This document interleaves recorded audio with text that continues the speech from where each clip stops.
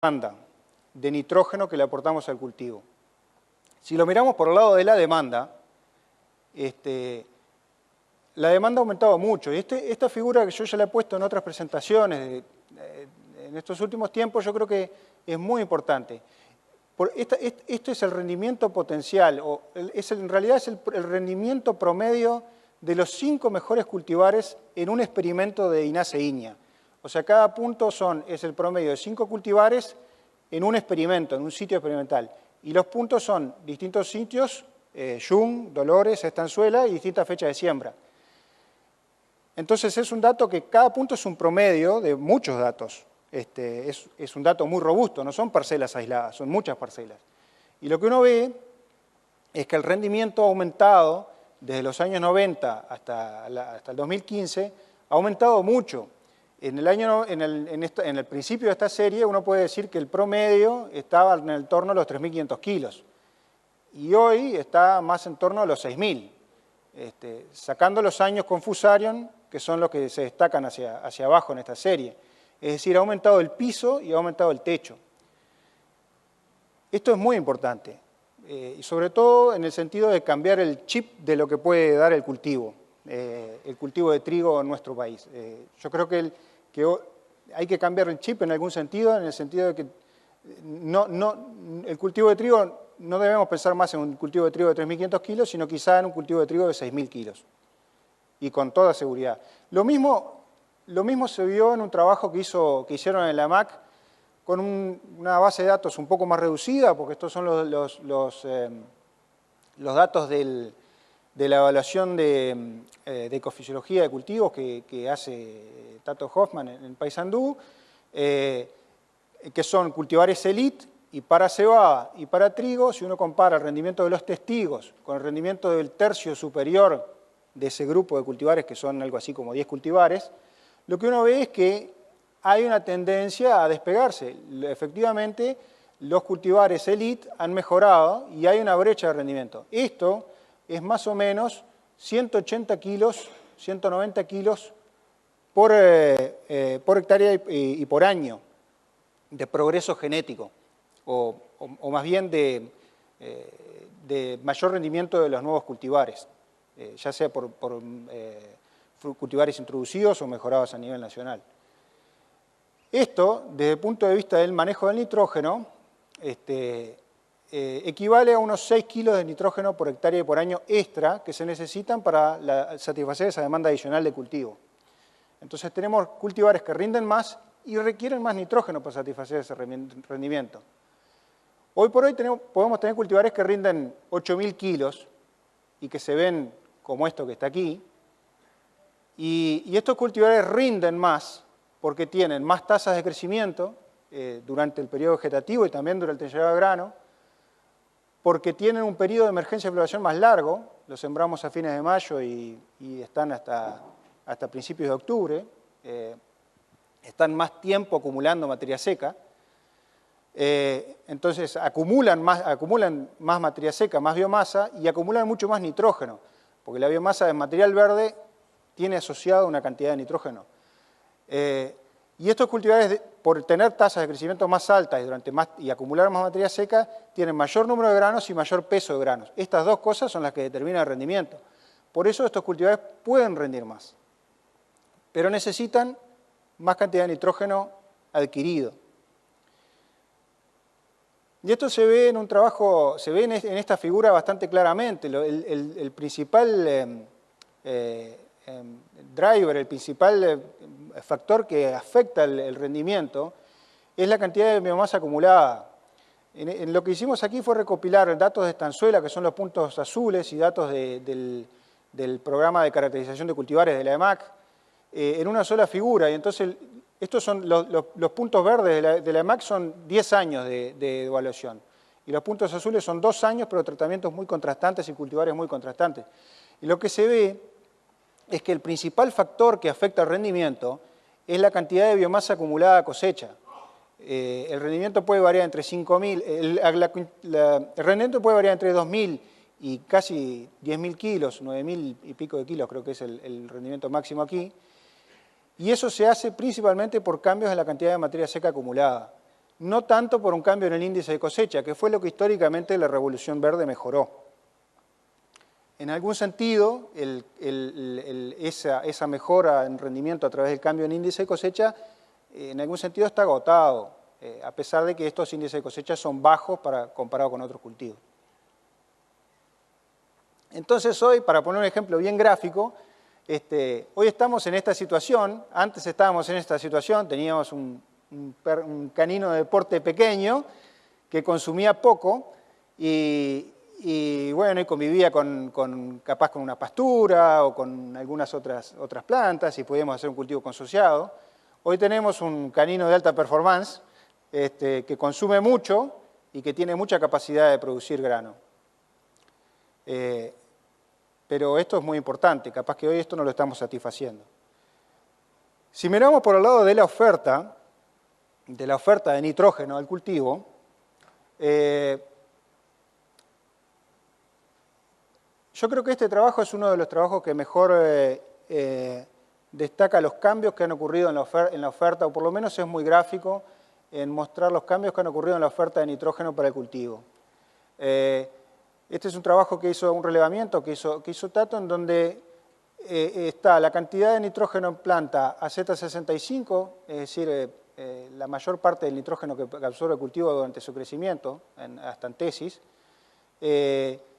según edad de chacra. Y lo que se ve es que al principio, para chacras nuevas, que son probablemente las que teníamos al principio de la serie que estábamos hablando, la cantidad de nitrógeno mineralizado por el suelo era alrededor de 84 kilos de nitrógeno. Y esto ha bajado más o menos a la mitad. Quiero que recuerden ese número, más o menos se ha reducido a la mitad, unos 40 kilos de nitrógeno menos o 50 kilos de nitrógeno menos tenemos hoy porque estamos más lejos del momento de la pastura, porque hemos perdido materia orgánica en el suelo y la capacidad de mineralización ha bajado mucho. Entonces tenemos un animal de bajo porte, un caniche que necesita poco, y tenemos un Rottweiler al cual le estamos dando mucho menos que el que le estamos dando aquí. Consecuencia que capaz que nos va a comer. Estamos en una situación muy difícil. Y este es el problema que hoy estamos atravesando, yo creo. Tendríamos que darle esto. Puesto de una manera un poco más gráfica, este diagrama yo creo que lo armó Tato y yo le cambié algunas cosas, pero me parece que está muy bueno porque demuestra de manera bastante gráfica y con números, si bien son números tentativos, pero con números que permiten analizar cuál es la situación, qué es lo que ha sucedido. Ha habido un incremento del potencial de rinde que llevó a un aumento de la demanda y ha habido una caída en la contribución del suelo, que más o menos fue unos 4 kilos de nitrógeno por hectárea por año. Entonces, al principio de este periodo, durante los años 90, quizá el 70% del nitrógeno lo aportaba el suelo y el 30% lo aportaba el fertilizante. Hoy, fruto del aumento en la demanda y de la disminución de la oferta, esta brecha que tiene que aportar el fertilizante ha aumentado muchísimo, sobre todo por el aumento de la demanda, por esta parte aquí. Y hoy es 80% del fertilizante, 20% del suelo, para un cultivo de 6.500 kilos. Si estuviéramos en una situación de chácara nueva, esto sería el doble, lo que dijimos recién, la cantidad que aporta el suelo sería el doble, estaríamos en una situación de 60-40. Igual, lo que tiene que aportar el fertilizante es bastante, es un 60%.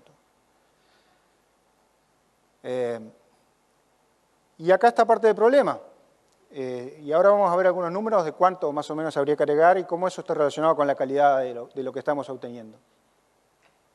Por ejemplo, si nosotros vemos cuánto es el rendimiento en grano asociado con la cantidad de nitrógeno absorbido total por el cultivo. Estos son gramos por metro cuadrado, es decir, 15 son 150 kilos por hectárea, ¿no? Esto por 10 son kilos por hectárea. Esto es nitrógeno absorbido total por el cultivo, es decir, lo que absorbió el cultivo en su parte vegetativa y lo que absorbió en el grano. lo que vemos es que hay una relación lineal. Esto, cuando hicimos esta figura, nos resultó bastante sorprendente, porque yo hubiera pensado que esto se iba a achatar en algún momento. Sin embargo, es una relación bastante lineal de rendimiento y absorción de nitrógeno. Y para rendimientos de alrededor de 9.000 y pico de kilos se necesita absorber muchísimo nitrógeno el cultivo. Cerca de más de 200 kilos por hectárea necesita absorber el cultivo desde el suelo o que provenga de la mineralización o del fertilizante para lograr esos rendimientos. Y no hay vuelta, porque si no absorbemos esa cantidad de nitrógeno, lo que cambia es el contenido de proteína. Es decir, para un mismo rendimiento, si absorbemos menos nitrógeno, tenemos menos contenido de proteína, tenemos puntos que son más azules. Y si absorbemos más nitrógeno, tenemos puntos más rojos, que son contenidos de proteína más altos. Y esto es una cosa física, no hay mucha vuelta. La proteína sale de algún lado y sale el nitrógeno que absorbe la planta. Desde el punto de vista de qué es lo que ha transcurrido al principio de la serie que miramos, en los años 90, quizás estábamos en esta situación. Una absorción de este orden y rendimientos de este orden. Lo que ha ocurrido es un mejor cambio en la genética. Hay potenciales de rendimientos más altos que hoy nos llevarían a rendimientos del orden de los 6.000 kilos. Por supuesto, no llegamos a estos niveles, nos quedamos por acá en un nivel intermedio, proteínas bajas y rendimientos no tan altos como podrían ser. ¿Cómo transcurre esto? Y bueno, hay que agregar más nitrógeno. Si se agrega más, ya sea hay que adquirir más, el cultivo tiene que absorber más nitrógeno, sea del fertilizante o del suelo. Si absorbe más nitrógeno, inmediatamente mejora el contenido de proteína y vamos a tener rendimientos más altos con más contenido de proteína. Y este ciclo va a continuar en la medida que siga habiendo mejoramiento genético y los rendimientos sigan aumentando. Hoy por hoy veíamos, hay cultivares que rinden alrededor de 8.000 kilos. Esto está cerca del techo quizá de rendimiento potencial de nuestro ambiente, que es un poco más que eso, pero se está acercando. Y en la medida que esos cultivares vayan llegando a nivel productivo, vamos a seguir estando en este problema. Es inevitable. Entonces, bueno, pensando un poco en cómo está la calidad, si la calidad está contrapuesta al rendimiento y cómo juega eso con el balance de nitrógeno, estos son datos de un experimento puntual, un sitio puntual en el 2014, no es en la zafra pasada, es en la zafra anterior, que fue una zafra un poco más normal desde el punto de vista de la pluviometría, a pesar de que hubo fusarium, en este experimento no hubo fusarium.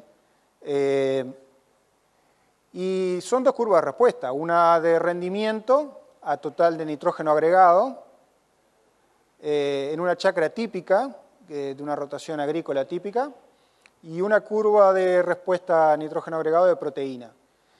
Y lo que se ve claramente es que, bueno, con dosis más alta de nitrógeno agregado en esta situación, llegamos a los rendimientos que tendríamos que el cultivar tiene, los rendimientos que son obtenibles con ese cultivar. Y en realidad lo que hoy tenemos estamos parados en esta situación. El promedio de los datos de aplicación de nitrógeno que mostraba Sebastián es de alrededor de 80 kilos, y eso se condice con los rendimientos que estamos obteniendo, o son más o menos del mismo orden. Estos son datos experimentales de un sitio, los otros son datos promedio de muchas chacras, pero coinciden en términos generales. Y esos datos de rendimiento y de aplicación de nitrógeno coinciden con el dato de proteína en grano que tenemos. Es decir, acá estamos parados y deberíamos estar parados en esta situación. Estamos perdiendo, tenemos un problema de pérdida de rendimiento muy grande, que quizás no nos estamos dando cuenta, y tenemos un problema de niveles de proteína que sí nos estamos dando cuenta. Es decir, la situación que hoy tenemos de proteína baja a nivel país es fruto de esta situación. Y es un indicador muy fuerte, suficientemente fuerte como para indicar de que esto es una situación bastante generalizada. Esto lo podemos ver de otra manera. Este es otro trabajo que hicimos y que durante estos últimos 3 años, en la cual tenemos distintos cultivares y distintos tratamientos de nitrógeno. Los puntos son distintos cultivares, los colores son distintos tratamientos de nitrógeno. Este es un testigo que no tenía nada de nitrógeno agregado, era el trigo sembrado y lo que aportaba la chacra. Y estos son 2 manejos de nitrógeno. Y acá tenemos el rendimiento en grano, en toneladas, y el contenido de proteína. Y lo que se ve es que hay una relación negativa entre el rendimiento y el contenido de proteína. Es decir, no podemos tener alto rendimiento con alta proteína sin cambiar el nivel de agregado de nitrógeno. Las curvas se mueven en esta dirección, en la dirección de la flecha roja, cambiando la disponibilidad de nitrógeno. Y eso, como lo veíamos en la figura anterior, son 30 kilos de nitrógeno absorbido por el cultivo por tonelada de grano. Eso es lo que tiene que aumentar la cantidad de nitrógeno que el cultivo tiene disponible para movernos en esta dirección. Y en esta dirección nos movemos según los cultivares. Cultivares que rinden más tienen menos proteína en grano, cultivares que rinden menos tienen más proteína en grano. Y eso es algo inevitable, es algo que se ve incluso en los datos de la evaluación de cultivares de INASE ígnea. Si uno grafica proteína contra rendimiento, para cada sitio experimental uno va a ver una relación negativa de este tipo. Y eso, curiosamente, es un valor que es de 0,5% por cada tonelada de grano. Por cada tonelada de grano que aumentamos el rendimiento, perdemos 0,5% de proteína si no aumentamos la cantidad de nitrógeno absorbido. Y el mismo valor que nosotros obtenemos en este experimento también se obtiene en los experimentos de INASE ígnea. Es un valor que es bastante conservado aparentemente. Entonces, rendimiento no está contrapuesto a proteína, lo que tenemos es que adaptar la cantidad de nitrógeno que le ofrecemos al cultivo. Si le ofrecemos poco, va a ser imposible que tengamos las dos cosas. No hay comidas gratis, como dicen los norteamericanos. ¿Cómo deberíamos manejar el nitrógeno en este contexto? Y bueno, para eso yo puse esta figura que tiene tres curvas bien sencillas de cómo transcurren procesos a lo largo del crecimiento del cultivo, desde la emergencia hasta antesis. La curva verde es cómo el cultivo acumula área foliar, ¿no? Va acumulando área foliar, a partir de Z30 empieza una tasa de acumulación de área foliar muy rápida, que sigue hasta antesis, y luego la senescencia, donde el área foliar empieza a decrecer rápidamente. Luego de la antesis tenemos cómo transcurre la acumulación de nitrógeno en grano, ¿no? Y la curva roja es cómo transcurre la absorción de nitrógeno total, lo que veíamos en la figura anterior. El nitrógeno total, que es nitrógeno en el área foliar más nitrógeno en el grano, ¿no? Lo importante, lo que a mí me importa destacar en esta figura es, primero, que no todo el nitrógeno se absorbe preantesis, hay algo de nitrógeno que se absorbe en las primeras etapas de llenado de grano. Y lo otro es comentarles un poco acerca de esto, de cuál es la tasa de absorción de nitrógeno de un cultivo en su momento de máxima tasa de absorción. Y es de alrededor de 5 kilogramos de nitrógeno por hectárea por día. Esos son, si ustedes agregan 50 kilos de nitrógeno, 100 kilos de urea, menos de 10 días. Esa es la capacidad máxima de absorción de un cultivo. Y eso tiene que ver con la eficiencia de uso del nutriente. Es decir, la cantidad lo que nosotros agregamos no va a durar mucho en el suelo si el cultivo está en estas condiciones. Está creciendo a una tasa rápida, está en el periodo de encañazón. El nitrógeno se absorbe muy rápidamente y se absorbe en condiciones de consumo de lujo para poderse utilizar después. Entonces, ¿cómo debería ser el manejo de nitrógeno? Si uno grafica el contenido de nitrógeno, si uno hiciera un análisis de parte por millón de nitratos en el suelo, idealmente deberían seguir esta curva. Es decir, nosotros deberíamos tener una cantidad de nitrógeno, parte por millón no, kilos de nitrógeno guardados en el suelo, debería haber dicho eso. Si los kilos de nitrógeno guardados en el suelo deberían ser no mucha cantidad al inicio, porque no se necesita mucho. Pero aquí debemos de tener un stock de nitrógeno suficientemente grande como para que el cultivo pueda tenerlo disponible en su momento de máxima absorción. Es decir, las fertilizaciones iniciales deben ser lo suficientes para mantener el cultivo bien nutrido, pero las dosis altas que permitan tener nitrógeno disponible para el cultivo en su momento de máxima absorción, deben estar en este momento en Z30 y posteriores a Z30. Y eso quizás es un cambio que ocurrió ahora con cultivares que tienen más potencial de rendimiento y tienen una tasa de absorción muy grande durante un periodo de crecimiento más largo. Hoy el modelo de recomendación que se ha usado durante estos años pasados ha sido el modelo de recomendación que se hizo para cebada y que se validó luego para trigo, que está dado por esta ecuación, y yo destaco el hecho de la ecuación porque muchas veces la gente se guía por la figura, y me parece que la ecuación es bastante importante porque nos permite irnos más allá de las fajas que ya están dibujadas en la figura. Porque estas fajas están dibujadas para menos de 1 tonelada, van de a 1 tonelada, cada faja es un escalón de 1 tonelada. Esta es de 2,5, de 1,5 a 2,5, de 2,5 a 3,5 y más de 3,5. Y decíamos recién que el potencial de rendimiento de nuestros cultivares es más de 6.000 kilos, digamos 6.000 kilos. Entonces estamos por acá arriba. Este modelo está compuesto por dos componentes. Por un lado, el nitrógeno en planta, que nos define esto, cuánto debe disminuir la dosis porque tenemos más nitrógeno en el suelo. Es decir, 4,54 por este número es cuánto debe disminuir la dosis que vamos a aplicar por estar en una condición de un suelo que aporta más, un cultivo que está mejor nutrido, plantas que tienen más contenido de nitrógeno en la hoja, comparado con plantas que tienen menos contenido de nitrógeno en la hoja. Y este otro factor, que es el que cambia en las bandas, que es el requerimiento de N por el rendimiento esperado, que está muy asociado a lo que estábamos viendo recién, que son 27 kilos de nitrógeno por tonelada de grano. Si nosotros nos ponemos en la situación actual y usamos la ecuación esta, vemos que podemos construir bandas hacia arriba. Por supuesto que vamos a estar siempre dentro de este cuadro porque no vamos a observar valores más altos que estos en nitrógeno planta, porque la planta no los puede acumular.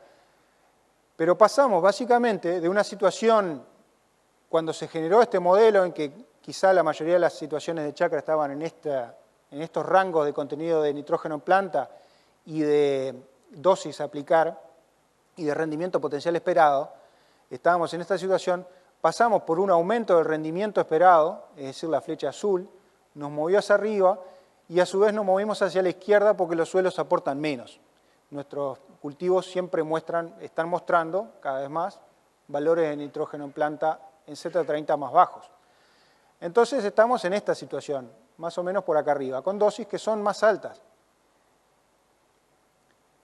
Y el modelo este funciona, nosotros estamos probando, ahora tenemos un proyecto en marcha, como les decía, con la EMAC, y estamos probando varios modelos, tenemos varios experimentos en marcha, y estamos probando, tratando de calibrar, de verificar si este modelo funciona, si hay otros modelos que funcionan, tratando de buscar algunas alternativas de manejo.